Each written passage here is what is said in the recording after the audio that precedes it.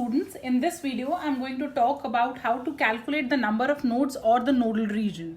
Now, you have seen these two graphs in your textbook, which are nothing but your probability density curves, which are plotted against the distance from the nucleus. If I have to just explain this particular graph shows that the probability density of an electron as you move away from the nucleus decreases.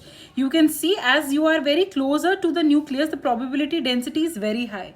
But as you are going away from the nucleus, that means the radius is increasing, the probability density is almost going to be 0. This is for 1s. But if I talk about the 2s subshell, you can see that the probability density is very high near the nucleus. It almost goes out to be 0 at a particular distance. Then it again rises to a good, rises to a good probability, and then it again tends to be 0. So if I see, I cannot see any node here, but in the 2s curve, I can see a node here. So what is a node? Node is the area around the nucleus where the probability of finding an electron is 0. So as you are moving away from the nucleus, the probability density of finding an electron is decreasing as you're moving away. So now if you have to calculate the nodes, the total number of nodes can be easily calculated by n minus 1, where n is your principal quantum number. Now, but the nodes are of two types. You have angular nodes and you have radial nodes. Now, what are these two types of nodes? Angular nodes is nothing but the area at a particular angle. It is not all over the nucleus. It is like a flat plane where the probability of finding the electron is 0. And if you're talking about the radial node, it is around the nucleus all over in the circular sphere. So these radial nodes are more of spherical in the structure, and if you're talking about angular nodes, they are the flat ones.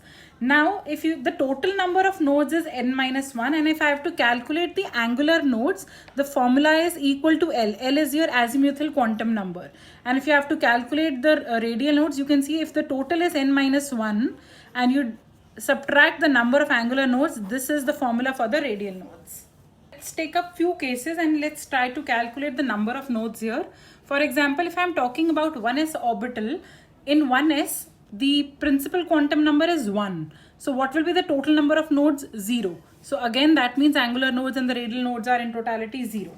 If I'm talking about 2s, my n value is 2. So the total number of nodes is 1. And your angular quantum number is L. So if I just remind you, L value for S, P, D and F is 0, 1, 2 and 3.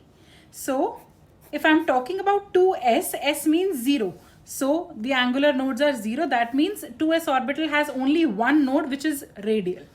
Similarly, if I calculate it for 3p, the n value is 3. So the total number of nodes will be 2. And here it would be L value, which is p, which is 1. So if it total number of nodes are 2, angular nodes are 1, so the radial nodes are 1 again. Similarly, for 4f, I have the total nodes as 3. 4 minus 1 is 3. Angular value, f value is 3. So again it is 3. That means there are no radial nodes. So in the same way, you can calculate for any of the orbitals that are given. I hope the concept is clear.